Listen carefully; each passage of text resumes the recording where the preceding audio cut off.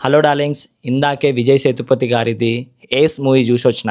దీనికి అసలు ఎలాంటి హైప్ లేదు, ఏం లేదు. అసలు ఎలాంటి ప్రమోషన్ కూడా చేయలేదు. ట్రైలర్ వచ్చేదాకా టీజర్ ట్రైలర్ వచ్చేదాకా కూడా నాకు తెలియలేదు లైక్ విజయ్ సేతుపతి గారి మూవీ వస్తుంది అని చెప్పి. బట్ వెరీ అట్టర్లీ డిసప్పాయింట్ అయిపోయినా. అసలు బాలేదు మూవీ. ఎంత అనుకున్నా సరే ఫస్ట్ హాఫ్ మాత్రం చాలా బోరింగ్ అండ్ ల్యాగ్ చేసిండ్రు. అండ్ మూవీ కూడా లెంత్ ఎక్కువే ఉంది. ఆ మూవీ లెంత్ ఎక్కువ ఉండడం వల్ల main point of the story ఏముందో అది మనం మర్చిపోతాం అక్కడ.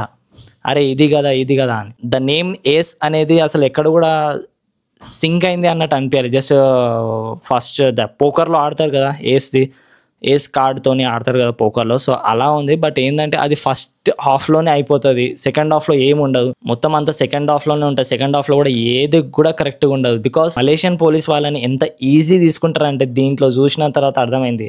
మరి ఇంత ఘోరంగా ఎక్కడా ఉండర్రా బాబు అనిపించింది. పోలీసులను మొత్తంకే ఎర్రిపప్పలం చేసేసిండ్రు. బట్ అది నాకు అస్సలు నచ్చలేదు. ఎక్కడ కూడా ఏ పోలీస్ డిపార్ట్మెంట్ కూడా అట్లా మరీ అంత ఘోరంగా అయితే పని చేయదు. బట్ వీళ్ళు ఇలా ఎందుకు చూపెట్టిండ్రు అంటే సింపుల్గా వాళ్ళ స్టోరీ నడవడానికే చూపెట్టిండ్రు. నాకైతే అసలు నచ్చలేదు అది. అండ్ సెకండ్ హాఫ్లో కొన్ని మూమెంట్స్ అండ్ యోగి బాబు గారికి చిన్న డైలాగ్స్ అంటే చిన్న కామెడీ టైమింగ్స్ అండ్ సీన్స్ అనేవి చాలా బాగా నచ్చింది. బట్ అవి ఏవి కూడా స్టోరీని పుల్ ఆఫ్ చేయలేకపోయింది. జస్ట్ సింపుల్ కమర్షియల్ ల్యాగ్ రొట్ట ఫిలిం అనిపించింది. అంతకుమించి ఏం లేదు మూవీలో. అండ్ బీజిఎం అంటారా, బీజిఎం అండ్ మ్యూజిక్ సాంగ్స్ అంటారా, అస్సలు బాగాలేదు. శామ్ సిఎస్ గారిది ఎక్కడ కూడా హార్డ్ వర్క్ చేయలేడు ఆయన. రెండు బీజిఎమ్స్ ఉంటాయి, అవే త్రూ అవుట్ ద మూవీ నడుస్తూ ఉంటుంది. అండ్ మిడిల్లో కొన్ని ఈడిఎం నడిపిస్తూ ఉంటాడు అంతే.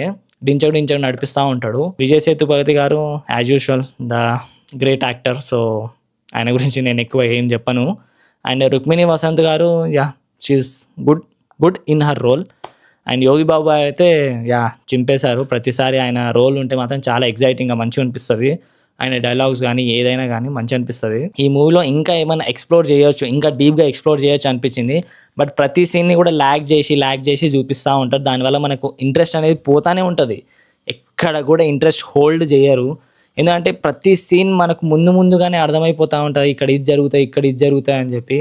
మూవీ మొత్తం అంతా మూవీ స్టార్టింగ్ టు ఎండ్ మొత్తం మలేషియాలోనే ఉంటుంది.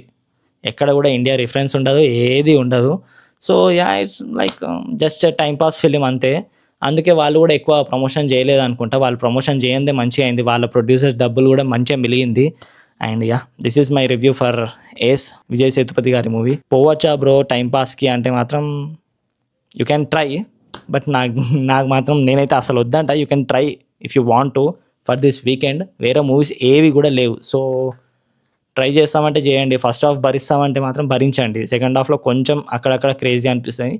అండ్ కార్ స్టంట్స్ కూడా దీంట్లో ఎంత లేజీ ఉంటుందంటే జస్ట్ లేజీ ఇట్లాంటి ఇంత పిచ్చే కార్ స్టంట్ కొరియోగ్రాఫర్ ఎవరు చేసిండ్రా బాబు అనిపించింది నాకైతే. మీ దగ్గర డబ్బులు ఉన్నాయి పోతామంటే మాత్రం అస్సలు పోకండి. This is the review of Ace. So bye darlings.